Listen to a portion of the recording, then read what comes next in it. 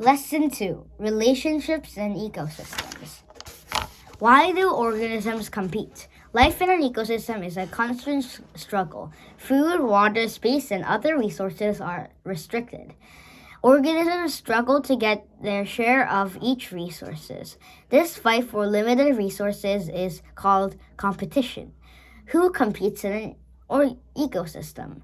Organisms within a population compete with each other. A fox must compete with other foxes to catch rabbits. Populations also compete.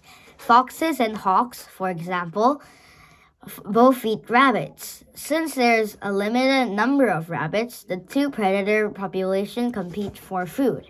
The rabbits must also compete with other herbivore population for their food. Unlimitedly, the survival of population comes down to resources. A limiting factor is any resources that restrict the growth of population. A forest, for example, gets more rainfall and it is much more warmer in summer than winter. In summer, the forest can support many more population than in winter. In this case, rainfall and temperature are limiting factors. Common abiotic limiting factors include water, temperature, weather, soil type, space to grow, shelter, and sunlight. Biotic factors can also limit ecosystems. A prairie ecosystem has more producers than a desert ecosystem. As a result, the prairie can support more herbivores, which can then support more carnivores. In this case, the amount of available food is the biotic limiting factor for the desert ecosystem. With more available food, the prairie ecosystem can support more populations. Together, biotic and abiotic factors determine the carrying capacity for each population. The carrying capacity is the greatest number of individuals within the population that an ecosystem can support. For example, a rainforest can support a certain number of jaguars. If the jaguar population increases, their food becomes harder to find. Soon, some of the jaguars die and the population returns to its former level. Overcrowding also limits growth. An algae population in a nutrient-rich pond may seem like it can grow indefinitely, but the algae will eventually get so thick that they will start to use up all the available oxygen in the pond. Without enough oxygen for respiration, the algae and other organisms begin to die off. How do organisms avoid competition? An organism avoids competition by having a specific territory and a unique role within its ecosystem. A habitat is the physical place where an organisms live and hunt for food. Some organisms have very small habitats. Pill bugs, for example, spends most of their time under and around a stump or rock. A bee habitat is larger. It is not only the hive where the bees live. It is also the fields and forests where the bees search for flowers. A niche is a special role that an organism plays in a community. For example, two birds might live in a community. Two birds might live in the same location and eat the same food. But one bird is active at night while the other is active during the day. Therefore, the two birds occupy different niches. In a similar way, two birds might share the same rainforest habitat but eat different foods. One bird eats plants while the other eats insects. The two birds occupy two different niches in the same community. For example, honey creepers are a group of related birds found on the islands of Hawaii. The birds all share the same habitat but are able to avoid competing with each other by eating different foods. How do organisms benefit from interactions? Living things in an ecosystem depend on one another. For example, animals in an ecosystem depend on plants and other producers for food. Plants depend on animals for carbon dioxide.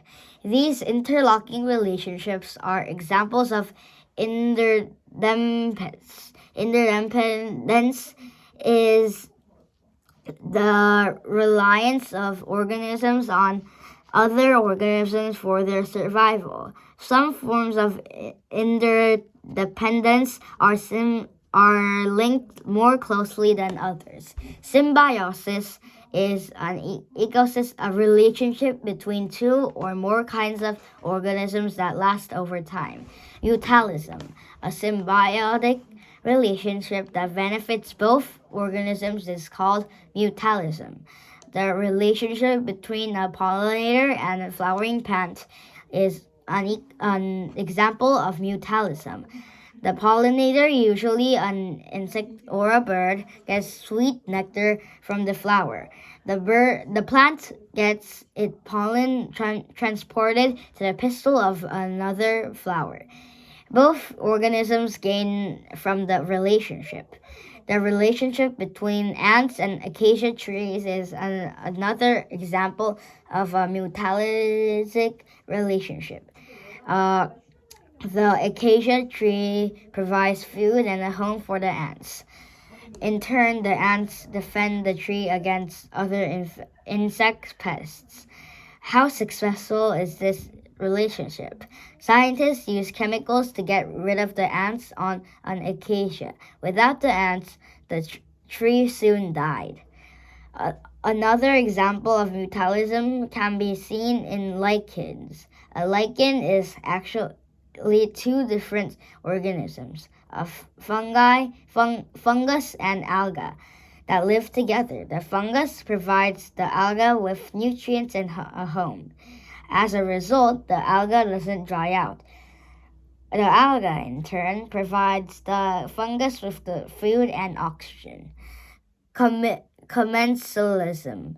Remoras are fish that attach themselves to the bodies of rays and sharks.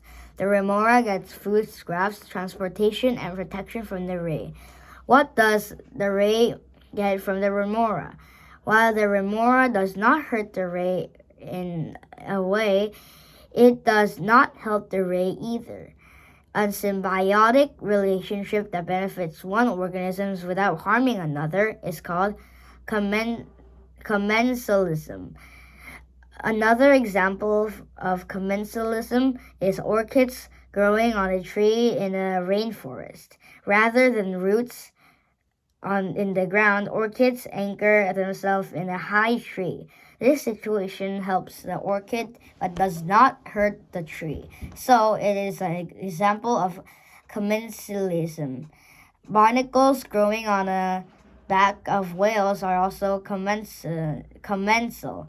The barnacles gain a home, and the whales are not hurt by the barnacles.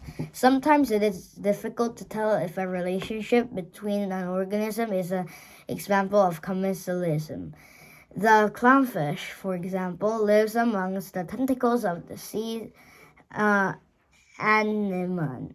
It uses anemone for protection when chased by predators. The clownfish retreats to anemone's tentacles. In this relationship, the clownfish is clearly helped by anemone. However, it is hard to tell if the anemone benefits from its relationship. Most scientists think that the relationship is an example of commensalism. What are parasites? Some partnerships are harmful for individuals in the relationship. Parasitism is a symbiotic relationship where one organism benefits and the other is harmed. A parasite lives in or on a host organism and benefits from from the relationship. For example, ticks are parasites on dogs and other animals. Ticks use their host body for a home and food source.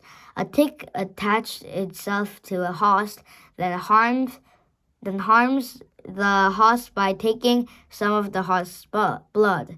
The tick's host gets no benefits from the relationship. Some parasites are very harmful for host organisms. Millions of people around the world have parasites called tapeworms. These worms live inside a person's intestinal tract.